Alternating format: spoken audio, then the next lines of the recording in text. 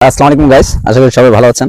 তো আমরা বরাবর মতন আরেকটি জাম্বুরা গাছ এখানে রোপণ করার জন্য মাটি খোঁড়া শেষ হয়ে গেছে। তো ভাই আবার একটু মাটির মানে গাছ রোপণ করার সম্বন্ধে ভালো জানে, তো উনি একটু সাইজ করে নিচ্ছে আর একটু মাটিটা বেশি করতেছে। তো ভাই আপনি কি কৃষি করেন নাকি? কৃষি করি না, বাস আমি গাছ লাগানো এক্সপার্ট আছি। আচ্ছা আচ্ছা, কৃষি করেন না মানে কি, আপনি কি করেন এখন আমি বর্তমানে? কি করি, হ্যাঁ হ্যাঁ। আমি ইউনিভার্সিটির ইংলিশ ডিপার্টমেন্ট তো স্টুডেন্ট। আপনি পড়ালেখার পাশাপাশি এখন মানে বাসায় থাকেন? আপনার বাসা কি এখানে? হ্যাঁ, আমি পানি আসো। পানিও লাগবে আগে? হ্যাঁ, বাহ, পানি নিয়ে আসো ভাইয়া। এই গাছগুলো মূলত বিকালের পর বা শীতে লাগাতে হয়। ও মানে আমাদের এখন একটু মানে আমরা দূর থেকে আসছি, তো এই কারণে আমরা আগে আসছি, যেহেতু রোজার রমজানের দিন। তো আমরা জানি আমরা মানে যেতে পারি, ইফতার আগে আগে চলে যেতে পারি এখান থেকে, এই জন্য আর কি আগে আসা। তো আসছি অনেক সকাল সময়, তো আমাদের এই রিয়াজ ভাই উনি একটু ব্যস্ত ছিল দেখে আসতে পারিনি। মানে আমরা এখানে এসে অনেকক্ষণ বসেছিলাম, উনি একটু কাজে ছিল।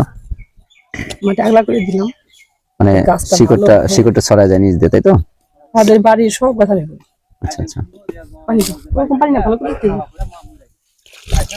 আচ্ছা মিন ভাই, তবে মানে পানিটা শুকিয়ে গেলেই তো। তো গাইস, এখানে গাছ রোপণ করার যে পদ্ধতিটা, এটা আমরা একটু শিখে নিলাম।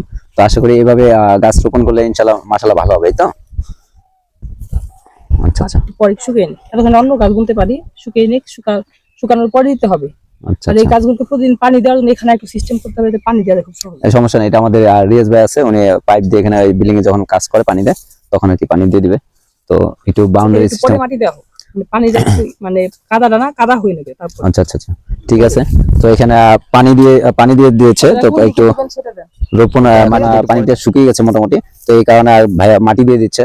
তো এটা হলো গাছ রোপণ করার পদ্ধতি, যেটা এইভাবে গাছ রোপণ করলে হবে ইনশাল্লাহ। তো আশা করি সবাই বেশি বেশি গাছ রোপণ করবেন, সুন্দর দেশটিকে গড়ে তুলবেন।